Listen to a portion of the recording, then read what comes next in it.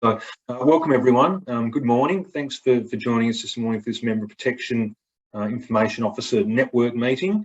We run sort of 3 or 4 of these each year, so it's good to have everyone on board. I'd like to start the session by making an acknowledgement of country of the lands on which we all meet. I'm in Wurundjeri land, and I'll pay my respects to elders past, present and emerging.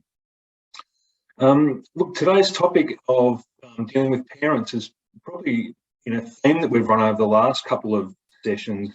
The last one we did was sort of dealing with difficult situations. I think this is probably off the back of what's happened with returning to sport from COVID. Frustrations that people are experiencing within, and around sport.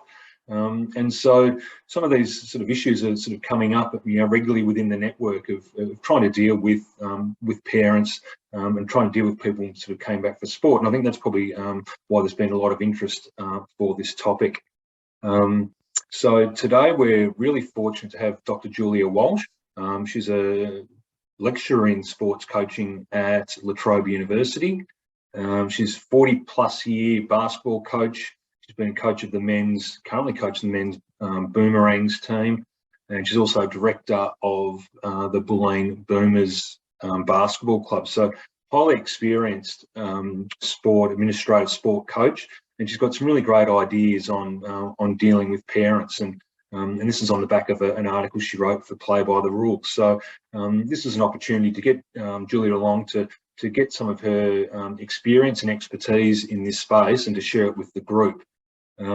Julia's got lots of experience, and so we have got a presentation that she wants to run through, but I think Julia was saying that she's more than happy to have questions as we go and to try and generate discussion on this topic. There's no set textbook on this. This is really about shared experience, and if people have queries on issues that they've arisen, examples, that type of thing, well, I think Julie's happy to generate discussion as we go. So please feel free to unmute yourself, speak out, and ask a question, and we can manage that as we go along. So with that, I might pass over to Julia and say good morning to you.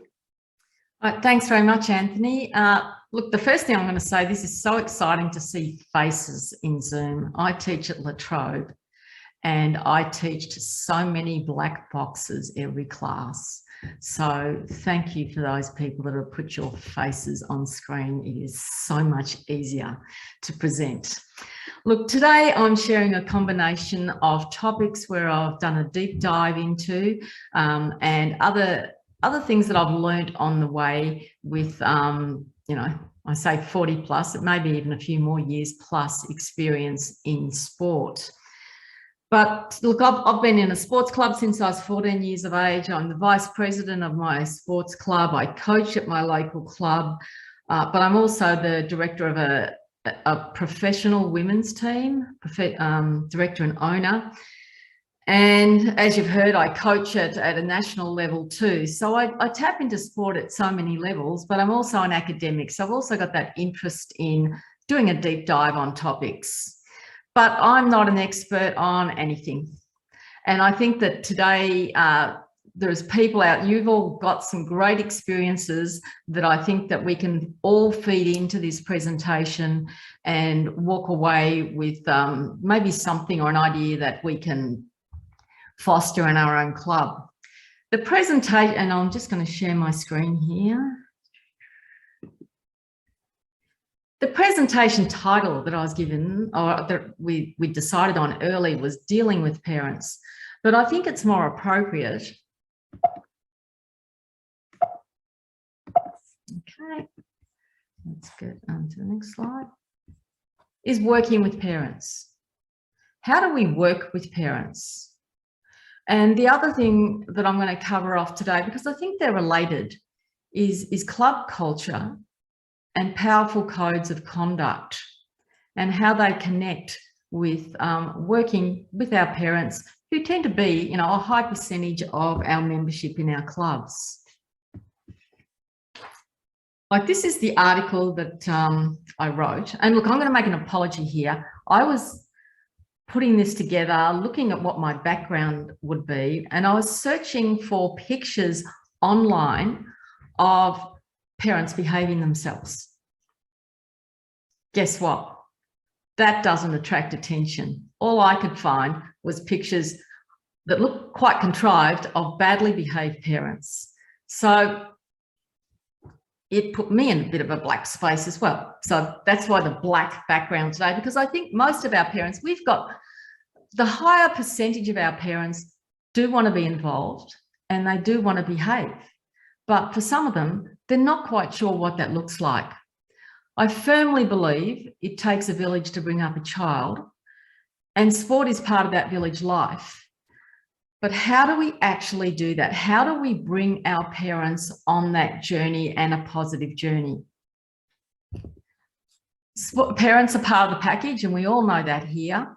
Sport is just not affordable without parents. Our athletes can't actually get to venues if they don't have parents to take them there. However, what we hear about with parents is, once again, that minority who misbehave, but parents can actually bring amazing energy and resources to the club. But what do? Do we actually invest in our parents, or do we ignore them? Do we tell them what not to do, or do we help them in understanding what it is that they need to do? What we know about volunteers is parents also make up our body of volunteers.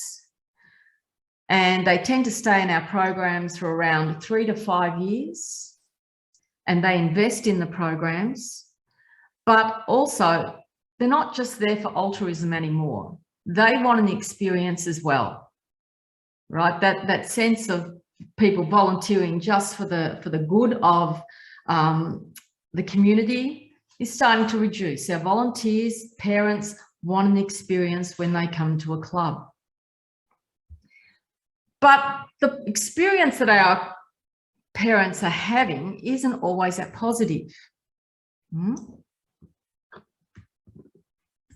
Just going to move this here a bit.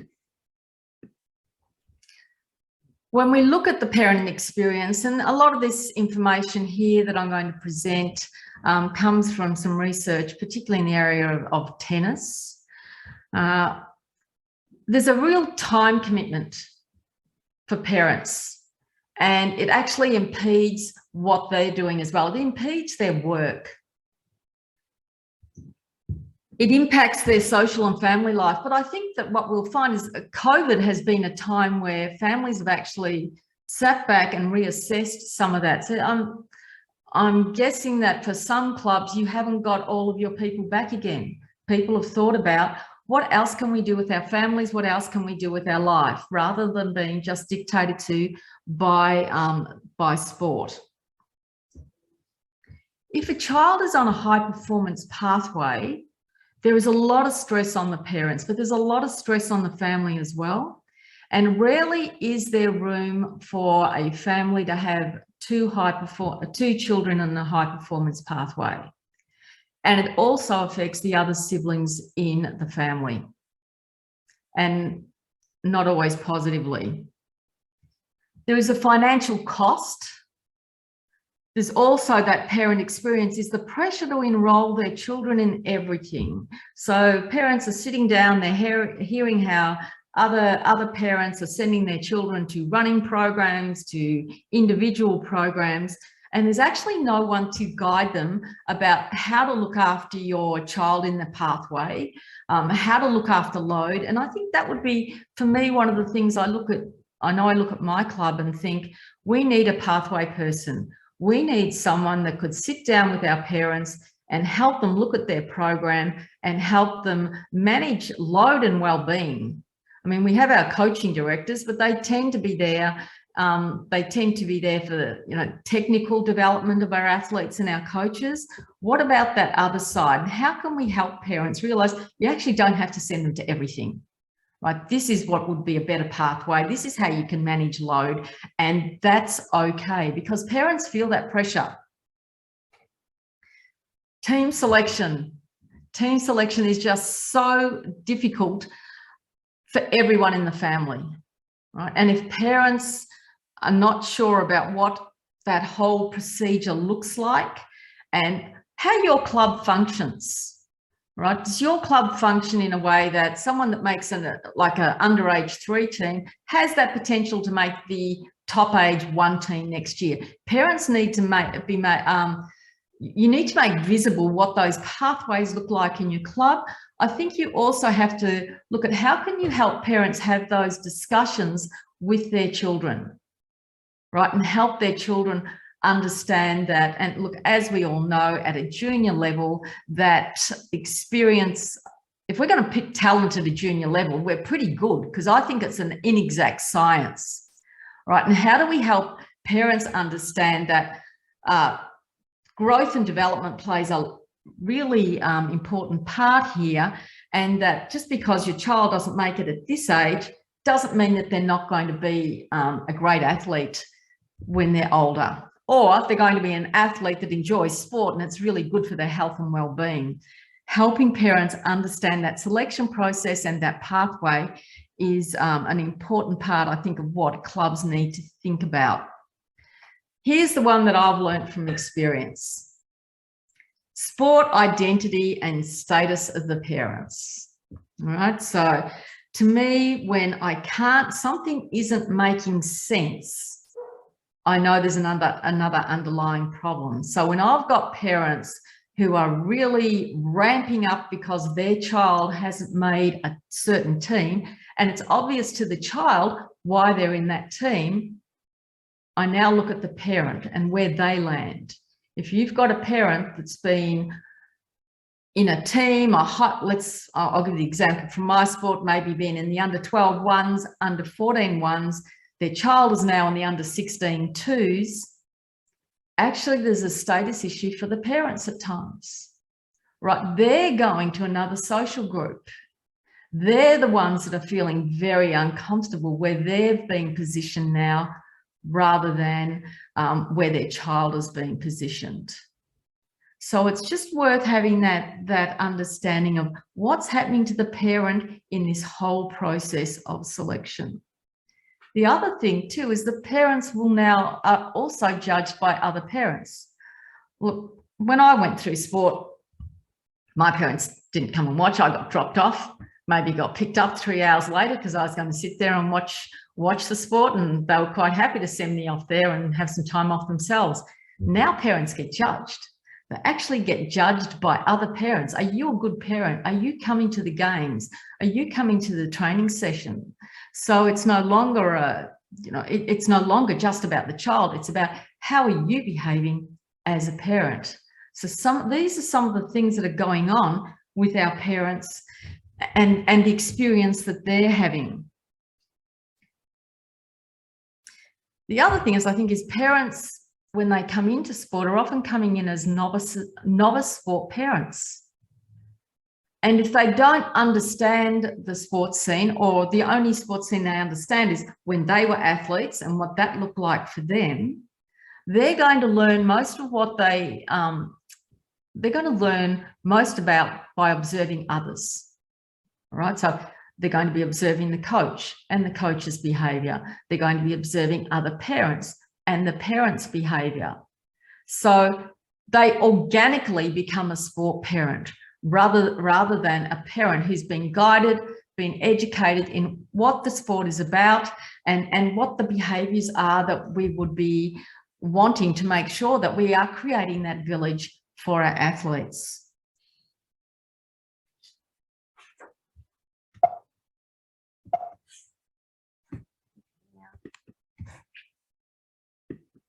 Oh, sorry, go back. And they have some frustrations as well. And I think there's nothing new here for anyone. Parents are frustrated in their experience with the coach and official interaction. Watching their child play is an emotional experience. Now, some parents are better at self-management than others, or it can be situation specific. And there are triggers. And the one that jumps out at me here, as I've highlighted here, is behaviours perceived to be uncaring, right? Uncaring, unjust, and demonstrations of incompetence. And the main offenders for parents here are going to be referees, coaches, participants, and other parent spectators. Parents believe that their sense of wrongdoing and failure to care is one of the major issues if we're trying to create an environment that nurtures our youth. And look, we hear it all the time that players will perform for you when they know that you care about them. There's ads on the television, they're all about that, and we see it in the media as well. So parents are actually looking at the environment that's created for their child, and care is really critical in here. So how do we, to me, there's a harnessing here of making that quite explicit also to our coaches. The parents are actually looking for that care component of their child. Just go here, next one. Are there any questions at this point before I sort of jump onto the next one, or comments?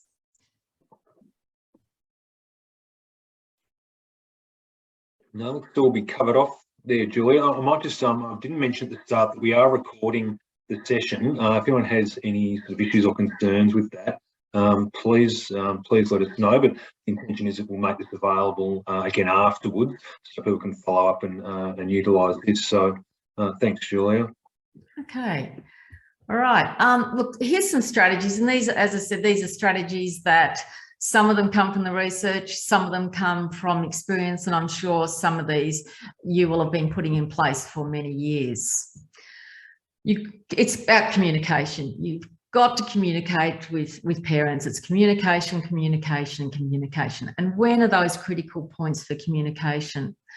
I would say even before your pre-season meetings with your coaches, you want a pre-season meeting with all your parents attending. You need to be able to explain what the club's about, how the club works, what are the communication channels in the club, what are the communication channels between the coach and the parent, and what the club is trying to what the club is trying to achieve,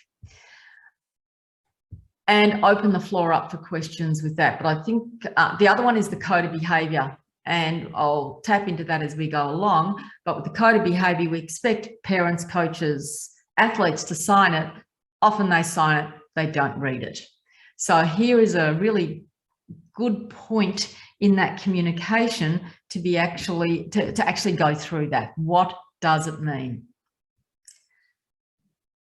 Sport education, spending time teaching parents about the game. Look, there are games that are quite confusing. So, you know, your netball and your basketball would be seen as non-contact games, but actually they are contact games. They're just not collision games.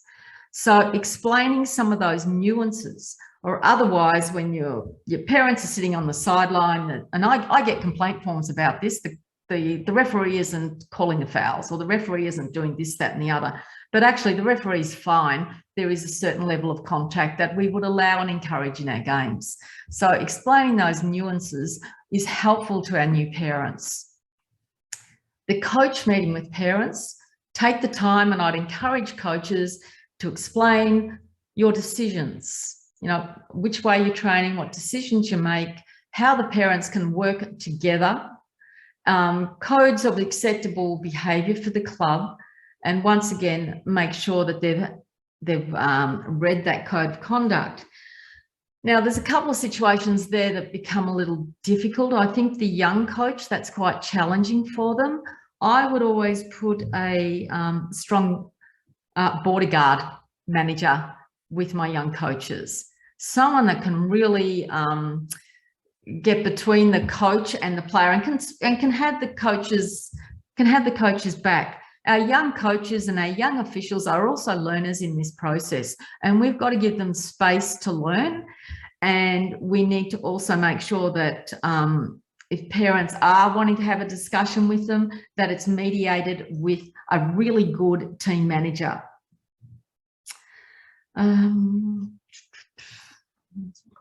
Explain. All right. And the other one always is, and if I can take emotion out of a situation, that's what I'm going to do here. With parents, if parents want to talk to coaches, they have to make an appointment. Have them make an appointment. So after a game is not a good time. It's not a good time for a coach, actually, often to have a conversation with players. But it's definitely not a good time for a coach to have a conversation with the parent. So by putting some structures in place that conversations don't happen for 24 hours, or make sure that the conversation happens, they have to make an appointment with your team manager. And the team manager will make a time with the coach where you can have that conversation. Now, with that conversation, and I'll tell you what will happen here. 2 days later, the emotion's out of it, and often that conversation has been cancelled by the parent because the child's got in the car and said, no, that's what the coach told me. I knew that was what was going to happen tonight, and it all just dissipates. So just having time to take some heat out of the situation is, it's really helpful. The other one is that I think with parents here, strategies for working with parents, the car capture, I always have that conversation about the car capture because the child's just played a game and they get caught in the car for the next 2 hours or the next hour driving home with the parent. So educating the parent in actually, the child will know if they've made a mistake. The child will be armed with what the coach told them to do. Let the child talk, but actually don't interrogate them. It's not a fair space. It's not from a power position, it's not a fair space for the parent to be in the car interrogating or looking at the game. Just listen, just love your kid rather than think that you can make comments on their game as such.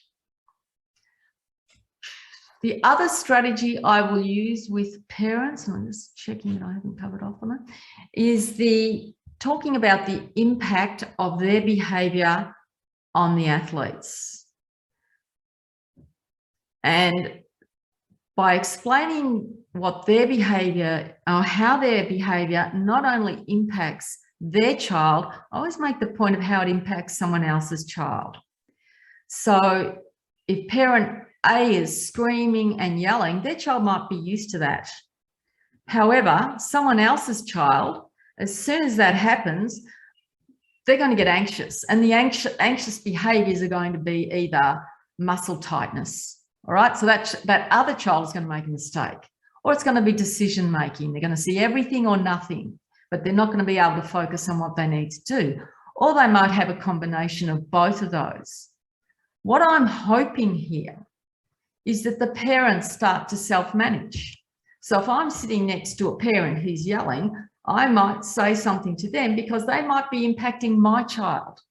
So if I can get parents self-managing rather than it happening, from the coach or team manager, that is a better outcome. Being aware of your impact on other people's children.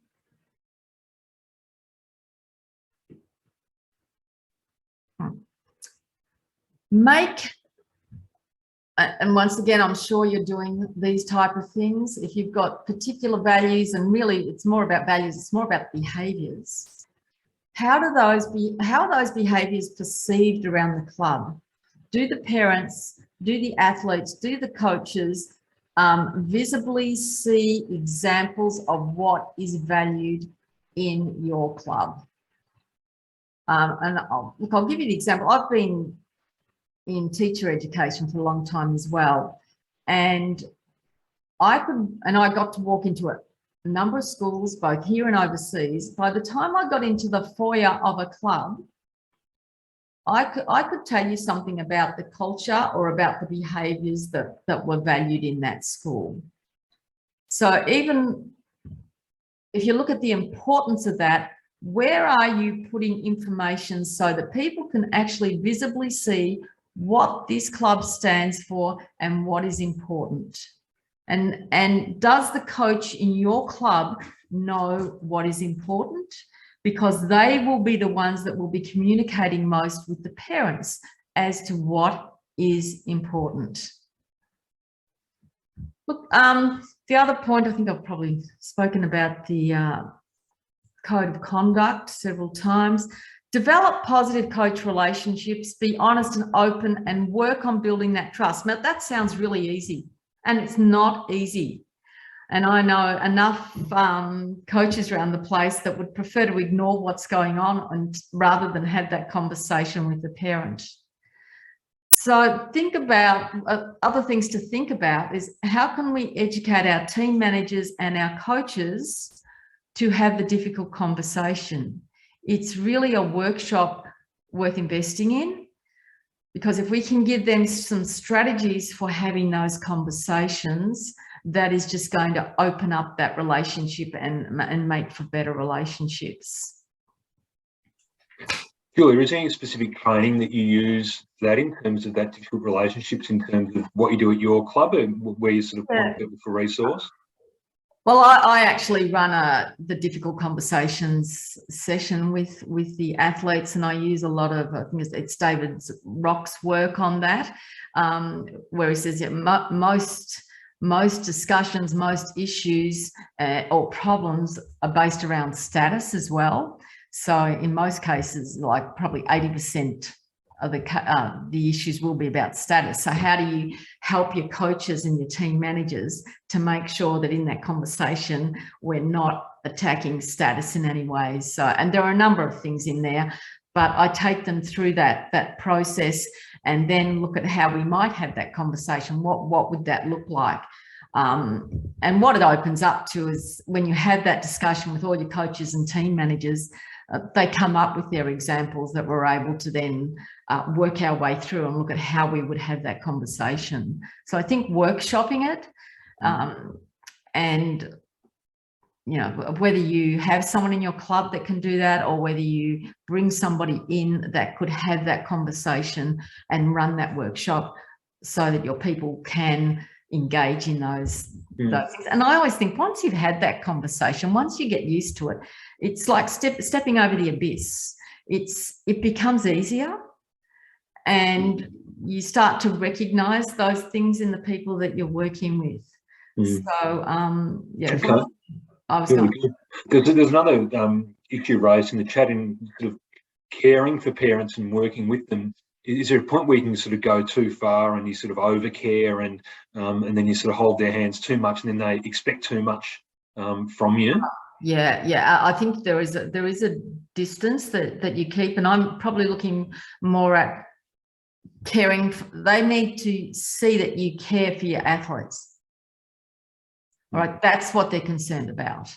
So they're concerned about, do you care about their child in that program? And what does actually care look like? Now, care for some parents will be how much time you're giving their child on the court, where we know from sort of motivation, self-determination theory, we're looking at care from belonging, we're looking at care from autonomy, we're looking at care from, you know, building confidence in the athletes, but also being able for coaches to be able to be quite explicit in what that care looks like for your child is more important. So it's less about, I think, in that coach parent, less about, I mean, we work with our parents, we have to work with our parents, but it's more about their view on how you're working with their child. Good. Okay, great. Thank you.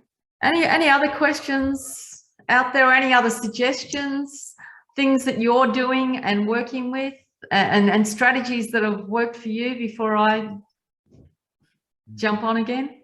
I was just going to ask, sorry, I just jumped in, but I was just going to ask and see, sometimes as a bystander, you can observe some of these issues happening between, like, say, a coach and a parent, and both of them are in the wrong a little bit.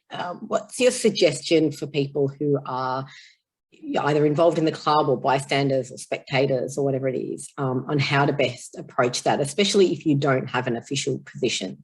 Yeah, I think that's hard. And I think that's where making sure that it's quite visible what behaviours are expected. And I think educating your coaches and your parents that we don't want to have those conversations in the heat of the moment. So what are the ways that we can say, look, this is not the best time to be having this conversation. Let's pick it up at a later point, or do it through the team manager. So have those structures in place. Educating your, as a bystander, difficult without power, I think. You want your conveners or people who are supervising to be able to step in here with some authority, and you also want your parents, officials, board members. So board members being able to step in and say something. As a bystander, I think you might have the conversation, but you need to read it, whether you intervening is going to be helpful here. You've made your point, because I did make the point that we want parents managing parents, right? So I think that we can work on that, but the bystander step in, but I think you've got to watch your safety in there too, in that environment. Really, you may say, these are not our behaviours, but if they stop, I would be looking at, well, who else can I speak to about this? Jacob, was there a question from yourself there? Yeah, sort of a question and a bit of a comment, I suppose, in the community sports space, and just wanted to get your views too, Julia. Like I've coached in that VJBL space as well, and I sort of was lucky enough to have a director of coaching that was really good in terms of teaching you how to have those conversations with parents. Mm-hmm. Do you think there's a big gap, I guess, in education, especially for parent coaches that might be doing it just to help out or whatever, and that's how the conflicts arise, with more sort of, I guess, they haven't had that time or that mentorship to, I guess, teach them how to have those tough conversations with other parents and the like? Oh, absolutely. And I'm teaching a community coaching program at the moment, and we 20 minutes on that type of thing, and then 4 hours on technical skills, and we haven't got that balance right yet, because actually we need to be helping our volunteer coaches, our community coaches, with some of those, as you mentioned, those aspects of how do we work with people, how do we work with our players, how do we work with our coaches. And I think that we're leaving it to clubs to somehow sort that out, and there are no programs, or there's next to no programs that are available that we can tap into as well, and just put that in place and give them professional development.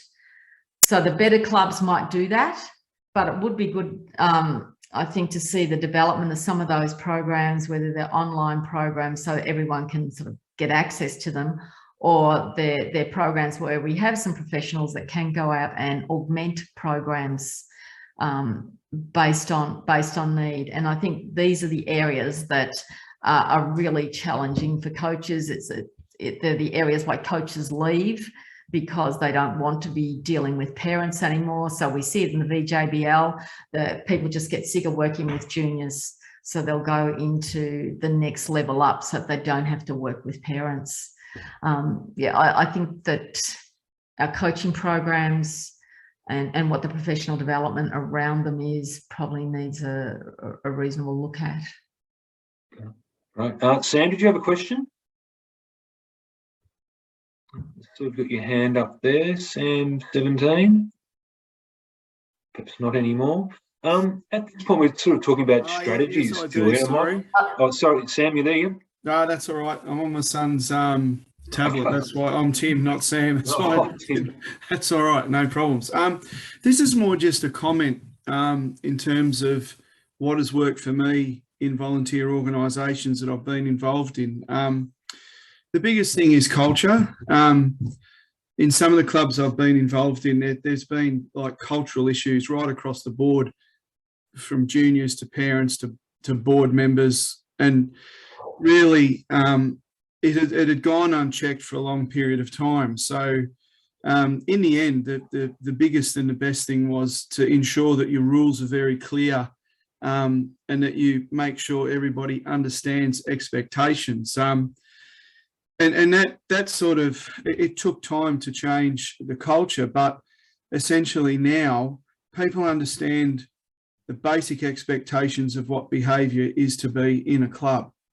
You know, whether that's coaching or at a board level or whatever it might be, really I've found that is the most important thing. Even out there in the corporate world, some of the large corporate companies I've worked for, some of them have this saying where they say culture beats strategy for breakfast, in terms of if your culture's all right, then all the rest of it will sort of fall into place. As a president of my club, like, I start the year with an address to speak about how wonderful our club is, and that is because we all behave in a manner that is acceptable to everyone, so it's an enjoyable place to be, whether it's nippers or anything like that. So I have found that to be the most successful thing. And across the season in newsletters, we talk about working as a team. We punctuate lots of positive occurrences right across the club, and that does gather momentum, and people do begin to understand, no matter what part of the club you're on, hang on, I can't yell at someone, or I can't behave this way because it's just not acceptable. And we are very lucky in lifesaving. I think a big gap is in other volunteer organisations is the education that someone mentioned. Lifesaving Victoria have lots of programs for lifesaving clubs, and it would have taken me a lot longer to achieve my objectives without their assistance, in terms of, building culture, building proper rules in terms of governance, bylaws and constitution. All those things are really important. Great. Excellent. Thanks, Sam. Yeah, excellent. Culture. I think Julie's going to touch on that in a bit as well. So yeah, that's very well put. Linda, did you have a comment or question to make? I came up as Linda's eye. Thanks for that. Yes. So yes, thank you so much. With the description of the motivations of parents, I really could relate to it. And talking as well, thanks, not Tim or Tim, for the discussion on culture. One of the things that I've found that I've seen doesn't work is where groups have tried to describe themselves as a family and that we're all friends. And of course that unfortunately fosters and builds back into this idea of, where is my social status in this group, and where am I? Am I at the top of the group or am I at the bottom of the group? And my child is the one that's dictating where I am. My status relates back to that. How you can have that conversation to try and build some awareness with parents is something I think is really interesting as to whether it can be done, or it just inflames the situation so much. Don't bother, know it yourself, but certainly don't try and communicate that to the parent. But a lot of it does, for me, come down to where people see themselves in their social group, and particularly, I'm afraid I'm another VJBL tragic. A lot of the problems stem from that, particularly with the relationship with coaches. Linda, I would definitely agree with that, and that social status of the parents is important for a number of parents as it is for where their child sits. I think making it the pathways quite explicit and having, like, for us, it's about having evidence to that, and I will stick with the child, that just because this child is here now doesn't mean that they would make this team next year, and here are the athletes that have done that. This is our club. There is evidence that we shift around and we put players in teams that allow them to develop, get the time they need to be able to move up to the next level. And just keep selling that, because if that's what you actually do, eventually they'll see that. And look, we can only go so far with parents the issue here isn't necessarily the child, it's the parent and where they're landing. But I think it just helps in making sense of the situation sometimes, because to me it's always been about, I don't get where they're coming from on this one until I go back to, well, where are the parents landing and what's the situation here? Because they got their tight social group and they're embarrassed. They're actually embarrassed themselves about where they've landed rather than where their child's landed.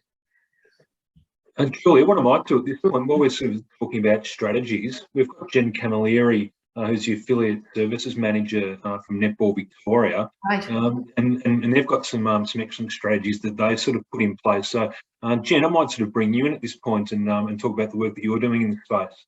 Yeah, thanks, Anthony. Essentially, I think a lot of people have touched on this around having that culture and that zero tolerance attitude for poor sideline behaviour.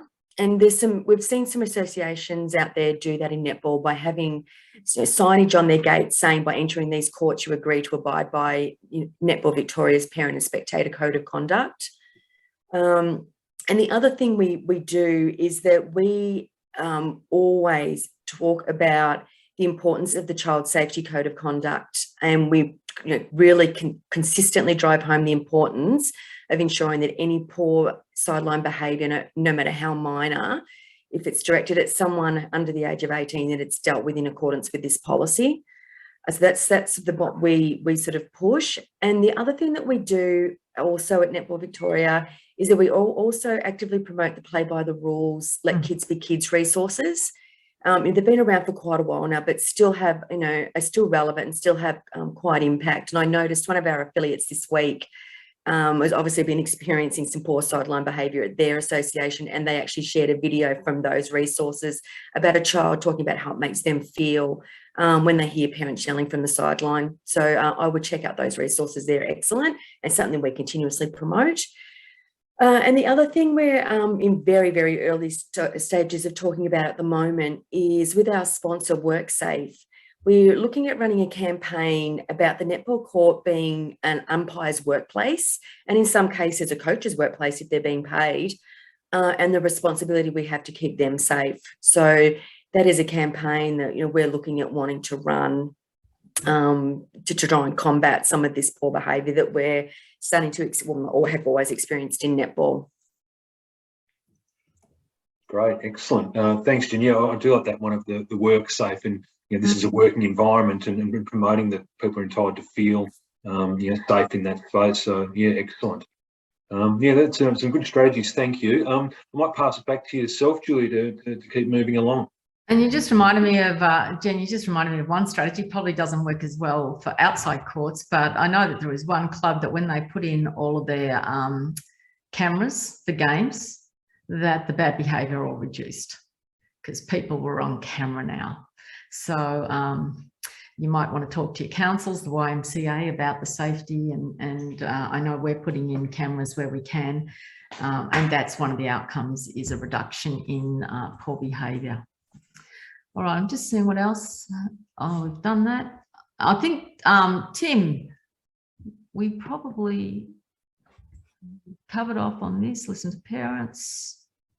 Oh, also, I think encourage coaches, when we're talking about relationships with parents and families and that, look for opportunities to celebrate as a team and with family members. Get a tournament in early if that's the type of sport that you're with, or an event in early that's more a practice than it is about winning. Look for opportunities to go out for a meal together so that you actually have that social part for the families as well. And we've covered off on that one now. Tim, you've covered off on a lot of what I was going to say here, so I will just move into how are we going for time there, Anthony? No, we've got plenty of time, so 10 to 11. So it's probably worthwhile. I mean, I think culture is important. Of rather than sort of skipping through these points, whether it's worthwhile to sort of reinforce culture and these slides you've got. Okay, so culture is really interesting, and this is during COVID. I did a bit of a dive into this one because I keep hearing this word culture, all the time, and everyone talks about the culture. Actually, at club level, there's not a lot of research in how to develop your club culture. I'm moving much more to the word cultivate rather than culture. How do we cultivate particular behaviours? Because it makes more sense to me. And also, if we're looking at culture, how does it play out at the club level when we've got rotating boards, we've got lots of changes of teams? How do we create something that's sustainable? But culture and parents, and as Tim mentioned, you know, policy and good governance, they all bleed into each other. So just a couple of definitions I probably work with now are these ones. The foundation of which and I keep getting back to behaviours. There's a lot, people will write about their culture, but how is it enacted? What does it actually look like on the ground? What are the behaviours? I mean, a great culture, and as I said, we hear it in the media all the time, will give us impotence, direct and recharge our energies. But I think a true culture serves us when we need it most. It becomes a compass for us. It allows us to go in and go back to that, particularly when we're facing dilemmas, right? And dilemmas are those things that maybe we haven't seen before. So if at least we can go back to what are our acceptable behaviours, it gives us somewhere to start.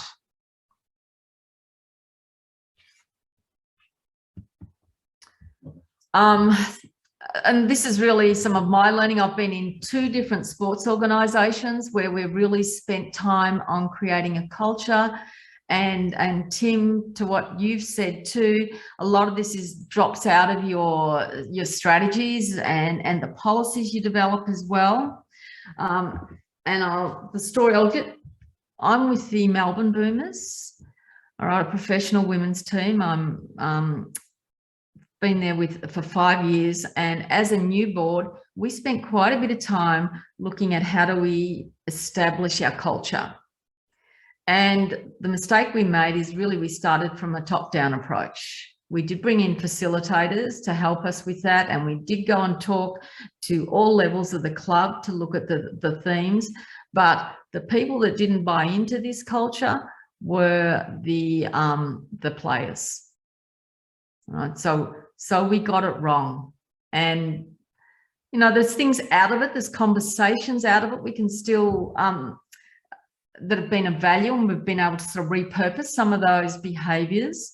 But in the end, in the professional sport environment, it had to be driven by the coach and players, and there was a buy-in from us. And if we look at Richmond Football Club, that's exactly what they did.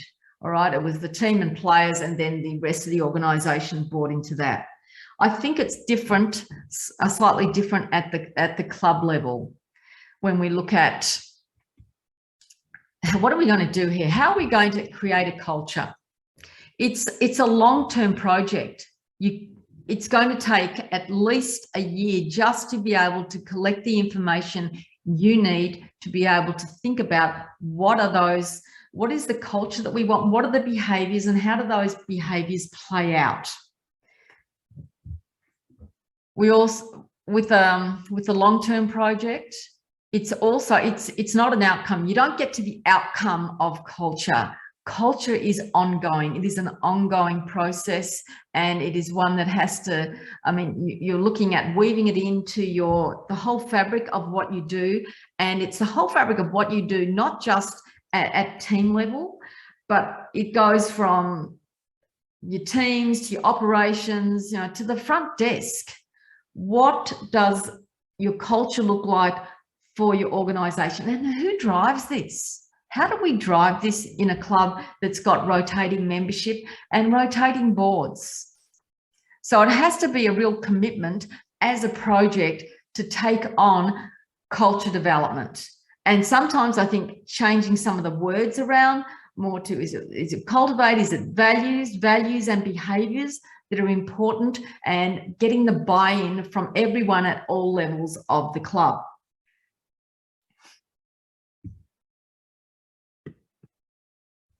Sorry.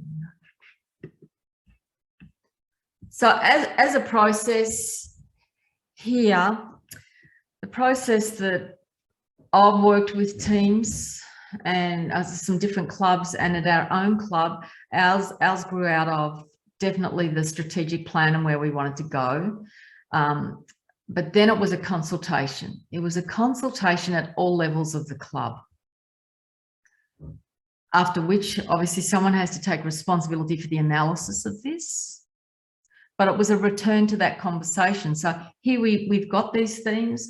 This is what we think people have said, but going back into that conversation to see if the findings that you have actually represent the voices of the people that you worked with.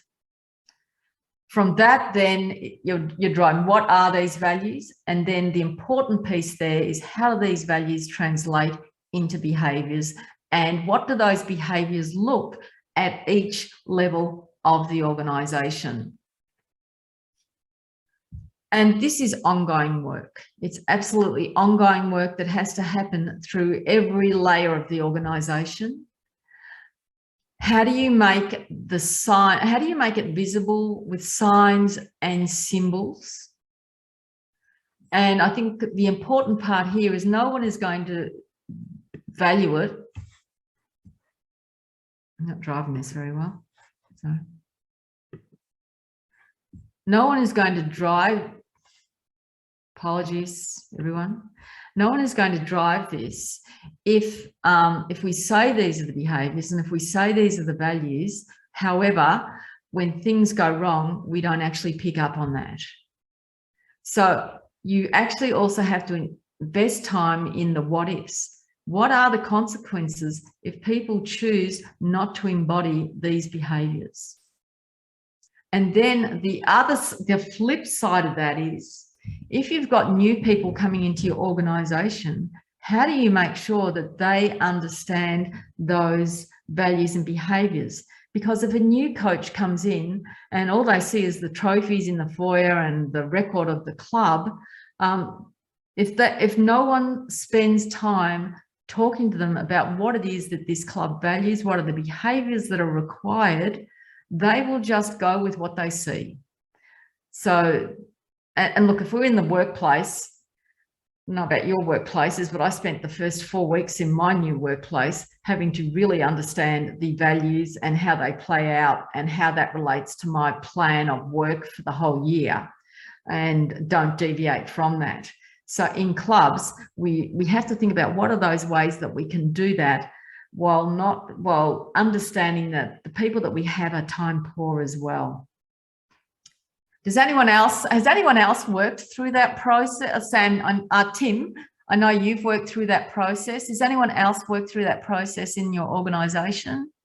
I'll be interested in your timelines and how you've done it and how you've made it sustainable.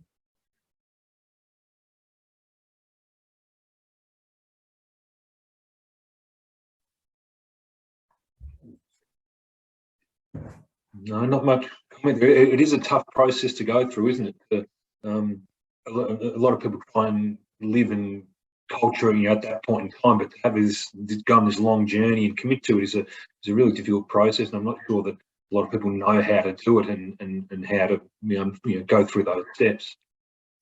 And I think the other side of this too is that if you don't formally go through your process and deciding this is a project you're going to take on, there will be a culture anyway, and it will be an organic culture.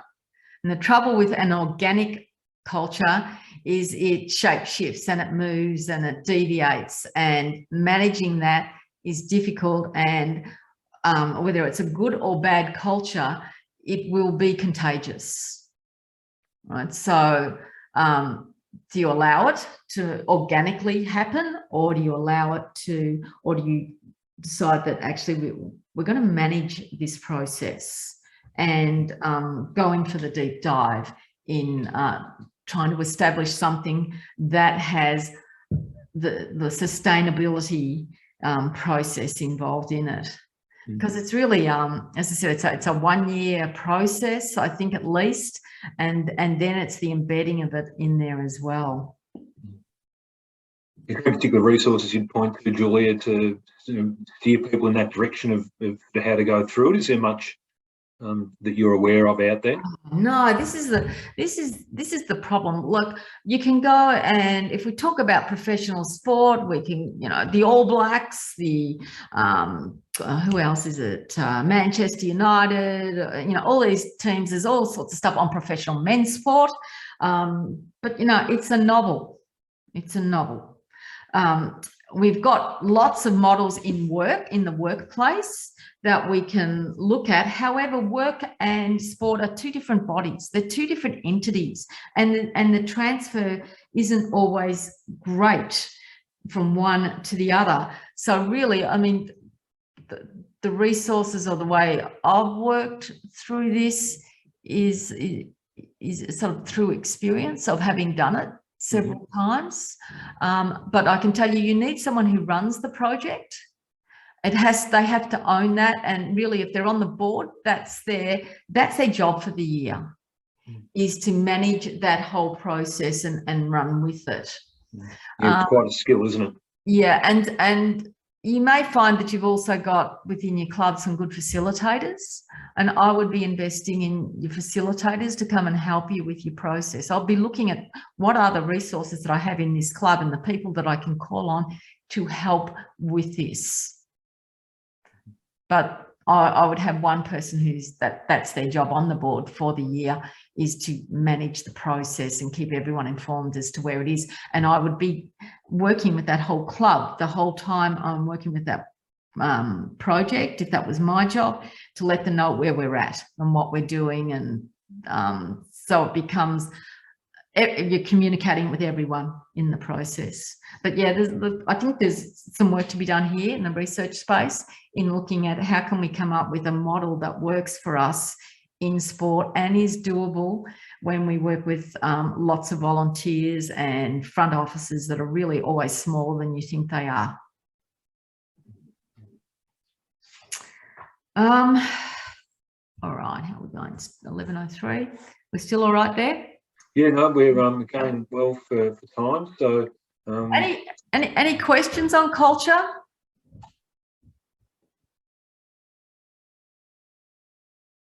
Somebody's I think the comment's been made in the chat. I think from Sam masquerading as a Tim again. Having a standing agenda item in terms of club culture and behaviour, so it's discussed at committee level and sort of action that's been taken, and things that actually making it a formal item. Yeah, and we'll actually take that and looking at powerful codes of conduct, because I think that's understanding your culture and understanding the pulse of your organisation from other perspectives, rather than just always sort of the finance and the actual programs on the ground. Yeah, excellent. Jacob, do you have a point to make there?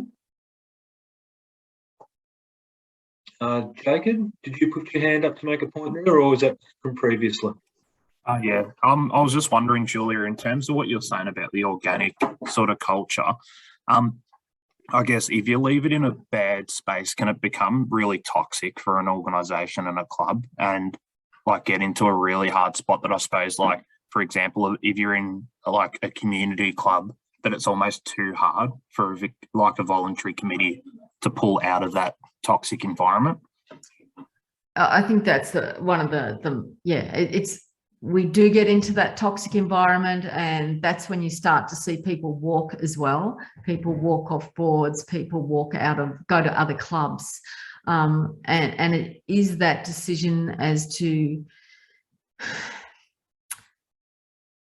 how do you change it? How do you start to water it down as well? Because it's the organic bad behaviour is easier.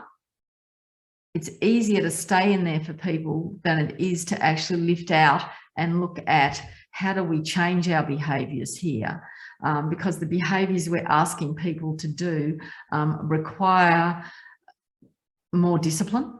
In many ways, more discipline. They need to think about how they're working with people. They need to think about how they need to think about their behaviours. They actually need to get their behaviours up into the prefrontal part of their brain before they engage. So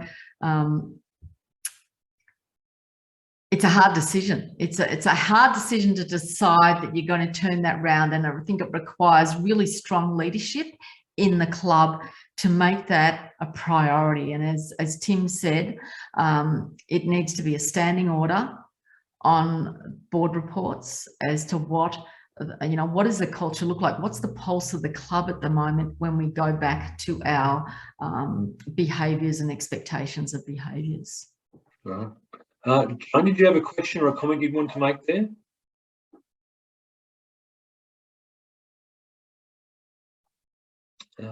Joan, have you put your hand up? I can come back to you. No, sorry. I'm now with an actual domestic basketball club, and I find it really hard when you're dealing with an association that has got different ideas, because all they seem to want is their rep program to go further and not really the grassroots, and to try and get where the kids are coming from. It's very good, and I agree. I like the idea of having some sort of pathway for the kids, even domestically. But I find it's very hard for a grassroots, small domestic club to actually try and fit into it, because you're not only fitting with the association, you're also trying to fit in with the place that you're going, the stadium you're working with. And then on top of that, you've got the other level. And I don't know how we can change it, because, well, ours is completely run by volunteers, and we can get an email at 12 o'clock at night, and then I get another email at 4 o'clock in the morning, 6 o'clock, asking why I haven't answered it. And I find that's really hard. Yeah,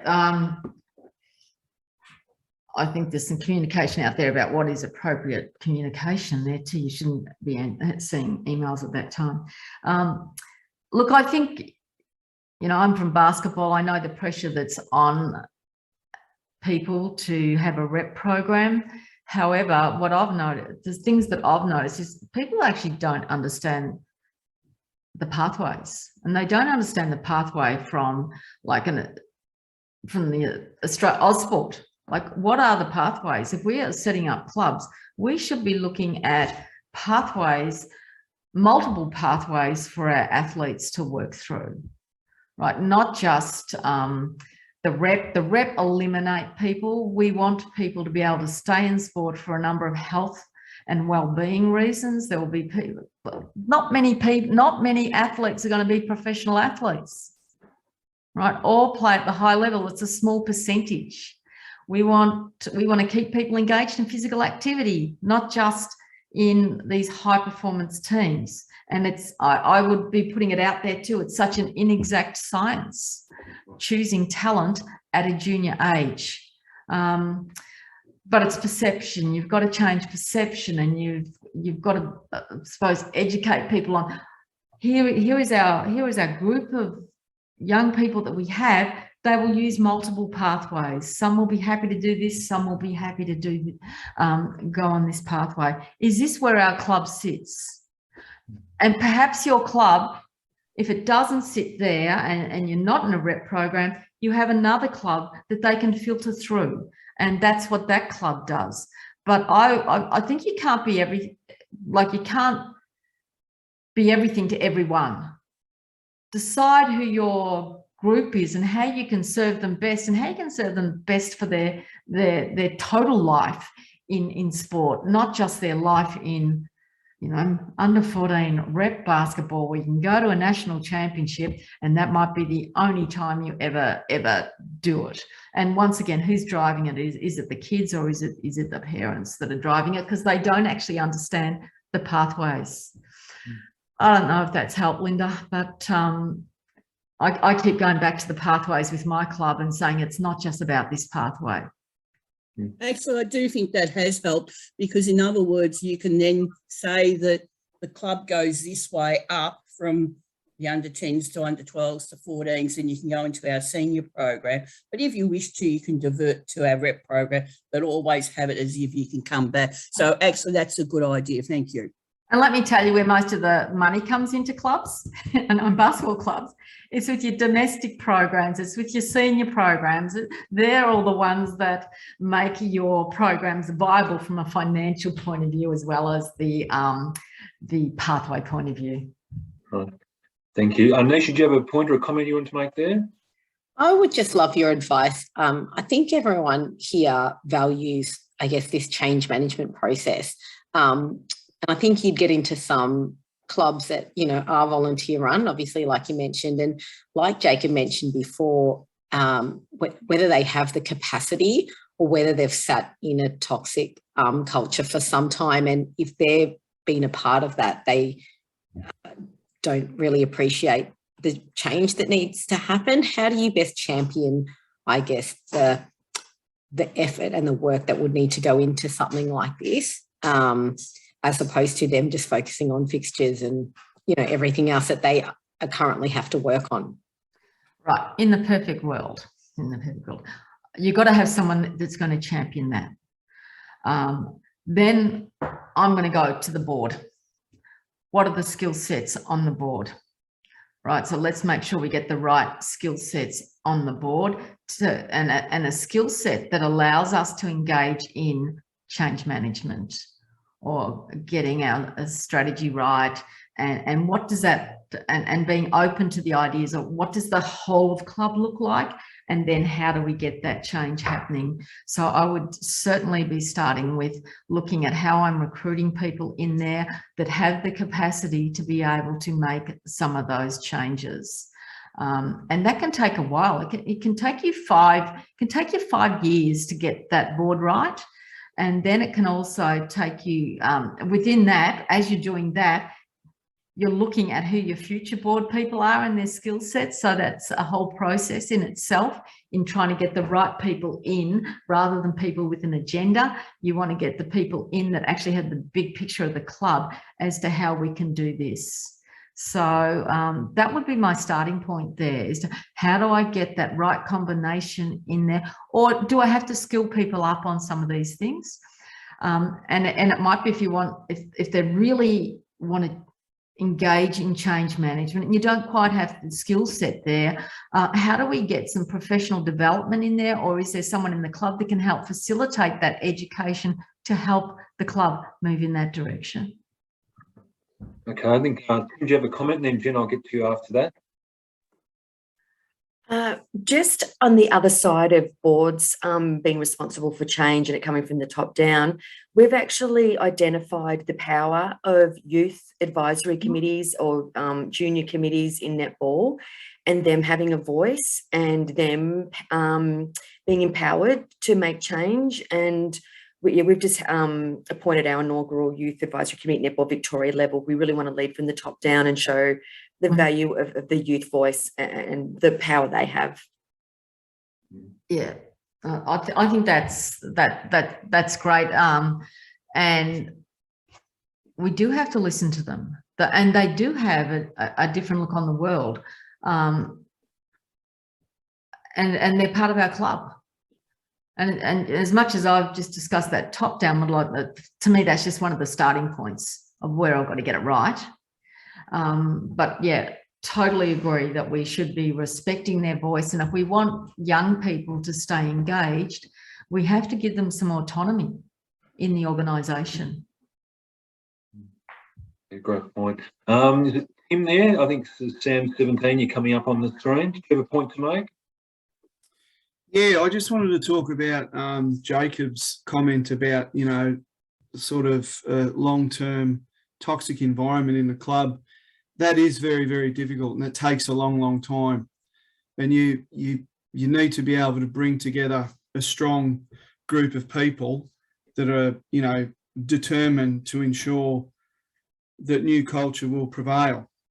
And coming back to advice of how you actually implement that, if I had to do it again, I could liken it to, it's almost like a building startup. Like it can be a business startup, sorry. It can be as simple, if I had to do it again, I would have sat there and said, right, okay, I need to look at my member demographic. What kind of culture have I got? I've got these different pockets in the club. we've got this group of people that are incredibly, you know, toxic and want to keep the club for themselves. Who have I got on the board? I've got 3 strong people on the board. The others have agendas and that are aligned with these other factions in the club. And moving forward, if I had looked at it from that perspective, it would have been a lot easier to build a strategy around that. But there really isn't an easy way of doing it because we're all volunteers and we're juggling our jobs and families and all that kind of stuff. It is difficult.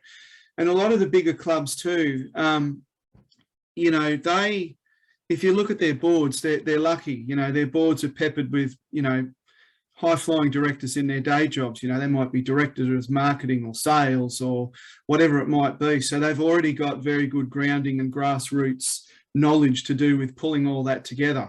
And a lot of the time, professionals like that can do that as part of their day job. They're able to knock things up and get things going. So it depends on the size of the club. But writing a simple list like that, I think, is a really, really good starting point. And then working out where you need help. Again, we're very lucky in life-saving. Our peak body helps us enormously. There are all these tools and support guidelines that we can use. But, you know, you could then start Googling that kind of stuff and look at where you can get some information and linking it into, you know, the simple strategy points that you've noted down. Mm. Yeah, it sounds like there's been a bit of support there from life-saving. We've got a few life-saving clubs on, so that's excellent. I might take one more comment or question from Linda, and then we might progress with the rest of the slides there, just looking at time, Julia. Linda, did you have a point to make?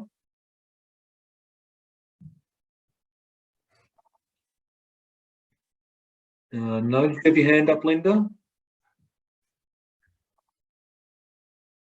All right. Sorry, I was just struggling because the lawnmower was going off next door. Look, just as taking further the points around culture and what we do to set culture within sports clubs, there is, of course, the opportunity as well for us to direct the way that we approach our own our grassroots and domestic competitions and celebrate those, work with improving skill abilities within the domestic competitions, encouraging children to participate when they hit that year 7 or year 8 age groups where they may not have been doing the sport during primary school years and so need a little bit more assistance to be able to play with their friendship groups. Whereas what tends to happen is that clubs are looking at that pyramid pathway process. So it's reinforcing that idea that you're only deserving of more skill, more of our time and our attention when you're performing at the higher levels. And I really appreciated the comment about choosing athletes at such a young age is not an exact science. I've written some notes around that down because I thought that was really, really helpful. But it is a side issue. Yeah, no, I think you're spot on with that. And yeah, where do we invest? And I think we have to have a bigger picture on that.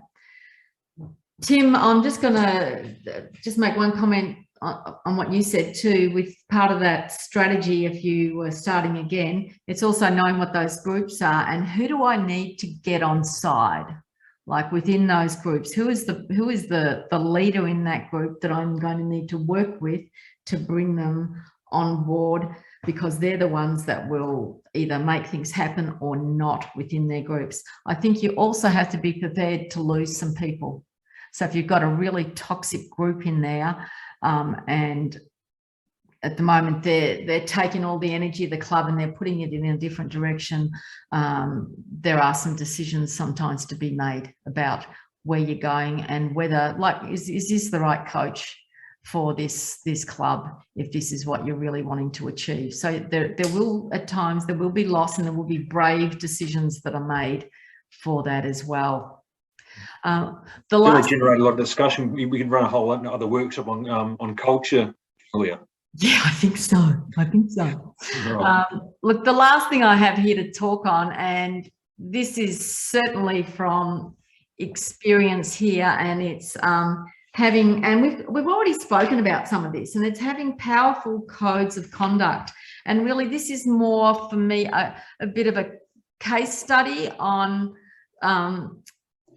where we went with our codes of conduct here. And we have a zero tolerance for poor behaviour, and I heard that term being used, I think, for netball. With powerful codes of conduct, I'm always going to start with what's your policy? What's the policy that you have? 10 years ago in our club, that was all inside. It happened with the general manager would take control of all of the complaints. Now, the trouble with that was we were having complaints that were taking 6 months to solve, right? And they were taking too much time and energy within the club. So we rewrote the policy to position things like grievances and complaints to the side of the organisation as an independent body, really. So we took more of what does it look like in business, where business actually puts complaints and grievances to the side so it can be investigated independently, and that anyone that's engaging in it knows that, you know, we keep confidences, we're not sharing it with everyone else. So we went, as I said, we went back, and if you wanted to have a look at that code, if you just put in Bulling Templestowe Basketball Club complaints policy, you'd see that whole policy there. So when we wrote the policy, we positioned this as an independent body, and then we put other things in place around it. One of those was the form that people had to fill in. We wanted a form where not only did people put in the contact details so that we didn't have to mess around with trying to find and contact people, but we wanted to reduce the amount of space people had to write their complaint. Because I can tell you, I get emails that are longer than novels when it comes to complaints. All right, so I wanted people to think about the complaint, write succinctly, and actually take some of the emotion out of it. What are you really talking about here? We wanted to be very clear that there were some things that we wouldn't investigate. So if they're going to complain about referees, I'm not going to look at that. It's frivolous. So that they've got a very, very clear picture of what comes under complaints. We also wanted to do something. We wanted to make sure that they were timely. And look, of all of the tips, this is the tip I would give you.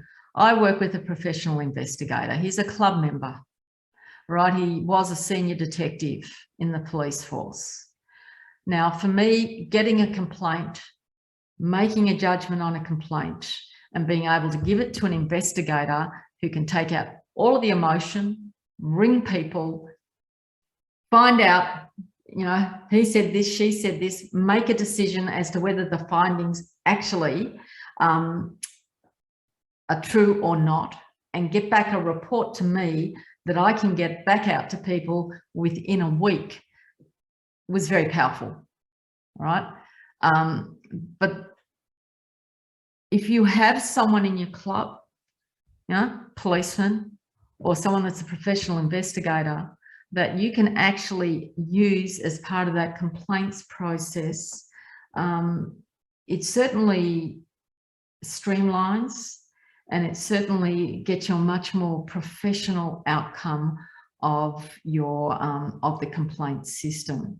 Now, when we took over the complaints, there were a lot of complaints happening, and I could write a book on complaints. I could, some of the things that people and how people behave are just amazing. But over that period of time, the message, the cultural message that has got through is zero tolerance. It will be investigated, and people know that we come down pretty hard on it. All right. So they know that if they misbehave, that, you know, they may be out of the club. They may get 18 months, they may get 12 months. I mean, and according to whatever it is, but we come in reasonably strong on, and we hit hard on inappropriate behaviours. That's probably not what I wanted to say there, but we not hit hard. We actually, if people are misbehaving, there is a sanction. I'm sort of rushing through this a little bit. Let me just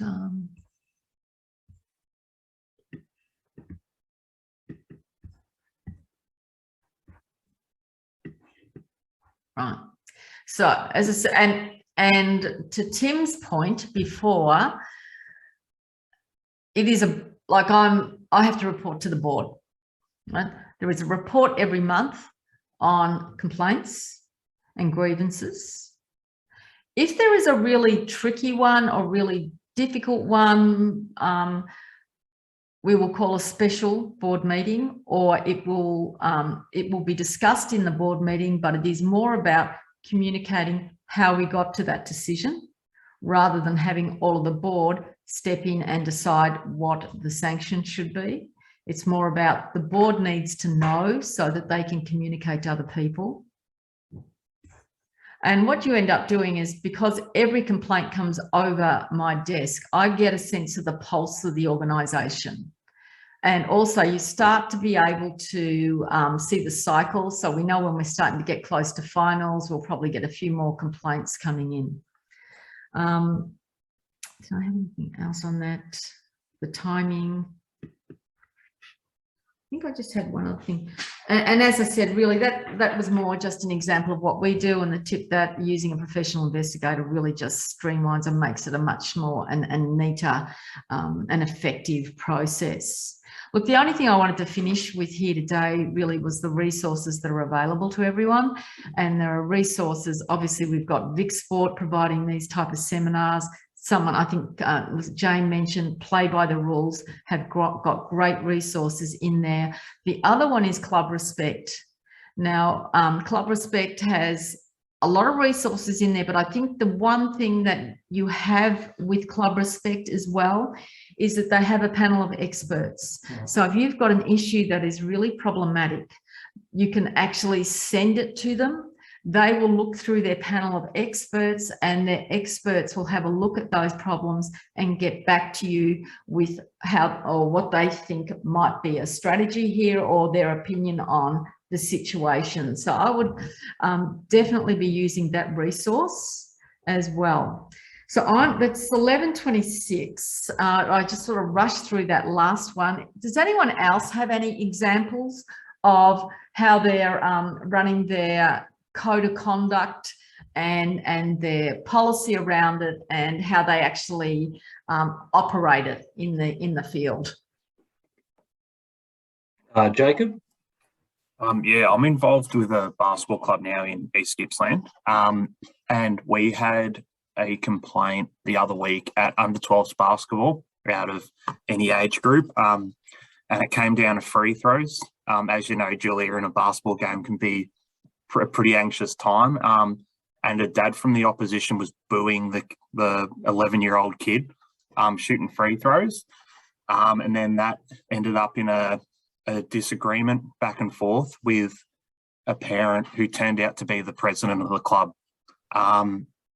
So I guess that's something that we've looked at as a club, changing that culture and more the disciplinary stuff from that. And that's why I guess, Julia, I was asking before about sort of, you know, that organic sort of culture. And I suppose as well, they sort of said to me, oh, you know, we go by the Basketball Victoria Code of Conduct, but I suppose with any of that stuff, you can go by it, but if you act, it's like you can talk the talk, but you got to walk the walk as well. Yeah. You know what I mean? Anyone can sign up, I guess, and say we have this code of conduct. That's how we handle all our complaints. But if the club itself and you have a president who's not following that, and they're meant to be sort of the head or leading the club, I suppose it's a bit like the fish rots from the head a bit. Yeah, and I suppose that's where the benefit of having a complaint system also that is outside of, it sits alongside the organisation rather than one that's sitting within operations. You can actually do something with that. But yeah, it's difficult if your culture is being propagated by people who are leading the club. And you know, sometimes that leads to an overthrow of ball. I'm not saying anything, but sometimes it does. You know, you'll have a group that will actually decide this isn't how we want to have our club anymore. And I've been there when the coups have happened and there's been some dramatic changes. But it takes a group of people to decide this is not the pathway for our club. Right. Julia, at this point, what I might do is bring in, we've got Talia McGrath and Nisha, which is Sakira from Sport and Rec Victoria. I'm not sure, Nisha or Talia, someone just want to give us a brief update in relation, because I'm conscious of time. Where we're at with SRV and any updates from yourself, because this MPIO network is supported by Sport and Rec Victoria. And I might just give you, Talia, a chance to give us an update on where you're at. Sure. I'll just be very quick because I know we're pushed for time. Great session though, well done. I'm not a parent or I'm not on a committee and I still really enjoyed it and got some really important takeaways. So thank you. Quick update from us at SRV. So Nisha will be taking over the MPIO portfolio from me for the next little while. So her contact details are on the Play by the Rules website, where you would go to book in for an MPIO training session. I think she'll be on some contact details that Anthony sends out as well, so you can get in touch with either of us. We've got some training coming up, so it still sort of will remain a priority for the Sport and Rec Vic to deliver free training each year. So we aim to do that every April and October. So Nisha's organised a session for Wednesday the 27th of April. It is full, but if you're knowing people that need to complete their training, just get in touch with us because we do have a tiny little budget left that we're hoping to put another session on for. So other than that, I guess an update in terms of total MPIOs for Victoria. I did have a document from Play by the Rules stating that as of last financial year, so 1 July, we had 366 MPIOs in Victoria. We did run a training session in October of last year, so that will be up near 400 now. So really great. I think I saw 63 people on the line at one point. So out of those 3+100, that's really good reach today. So well done, Anthony. Right. Other than that, I think that's all, Nisha, unless you had something else to add. No, that's terrific. Thanks, Talia, much appreciated. So look, I might take the chance to sort of wrap this up here and say thank you, Julia. It's been an excellent workshop, really interactive, some great ideas coming through. Your knowledge and understanding in this area just sort of shone through the whole presentation. So usually what happens in these kinds of, towards the ends of parents, kids games, and somebody put that in the chat of one thing that they do is have like a parents versus kids games to see how hard it is for the parents to play the game. I think we might outnumber you sort of 60 to 1 if we have a game of basketball now.